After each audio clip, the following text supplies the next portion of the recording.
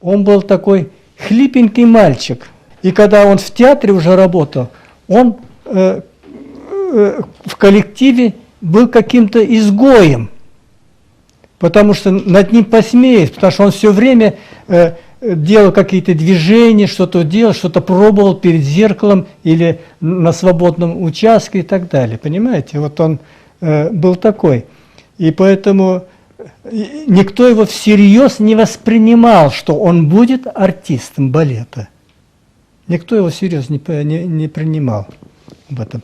Конечно, и у него в театре были те, которые ему сочувствовали. Это Ирина Александровна Воронина, это отличнейший концертмейстер, которая нам играла на уроках, нас сопровождала и так далее, которая, по-моему, даже приняла большое участие, чтобы его направили учиться в хореографическое училище.